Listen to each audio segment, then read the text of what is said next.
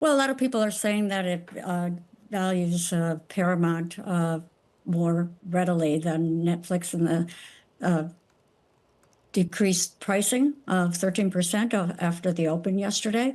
But there's also sell-off, and I think that, a little bit longer term, you'll look at it and say, is it going to continue to be devalue? Let's be clear.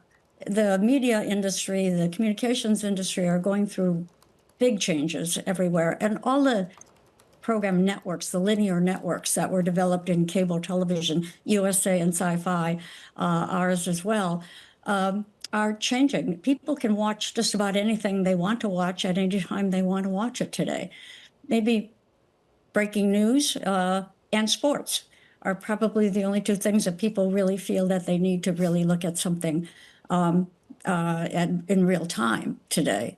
So the markets are one thing people do look at real time, but most of the other product out there, from television networks, broadcast networks, from cable networks, people can watch them at any time. And that was really changed by Netflix coming into the marketplace and streaming and dominating streaming as it does today, domestically and internationally. So they're the front runner.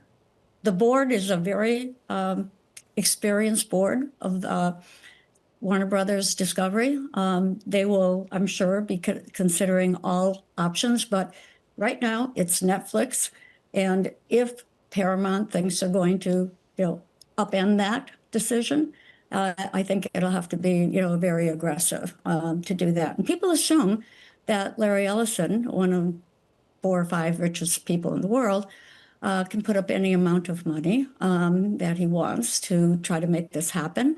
But he has restrictions too, not for Oracle, but for himself. I know Larry. I was on the Oracle board 20-some years ago.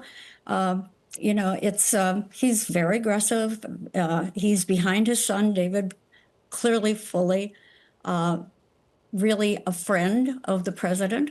But I think that the board of this company, Warner Brothers Discovery, is fully behind the offer from Netflix at this time. So I really think, we may see a long-term battle here. I don't think it's going to be over shortly.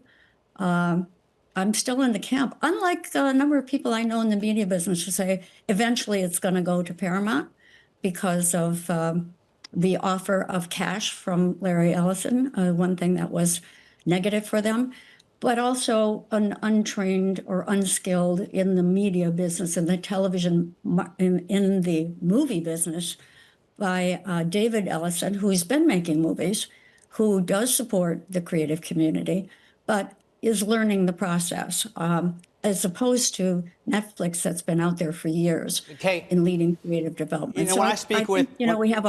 we have a way to go here. Okay, when I speak with Paul Sweeney and other seasoned media experts, they say for Paramount, this is a must-have asset, whereas for Netflix, it's a nice-to-have asset. So isn't it inevitable that Paramount raises its bid?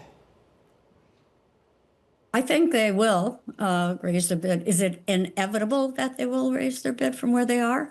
I wouldn't put it in that category. I suspect they will, but is it a foregone conclusion that they will pay any price to get it? I'm not necessarily in that camp.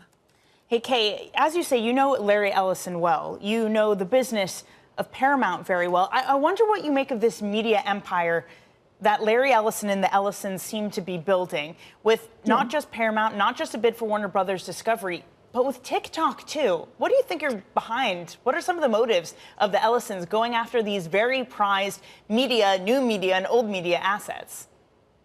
I think that Larry Ellison is supporting his son, fully on this run, and wants to have a dominating position in the marketplace. Control of media assets, not just television networks, not just 2 studios, but TikTok and CNN. And I'm concerned.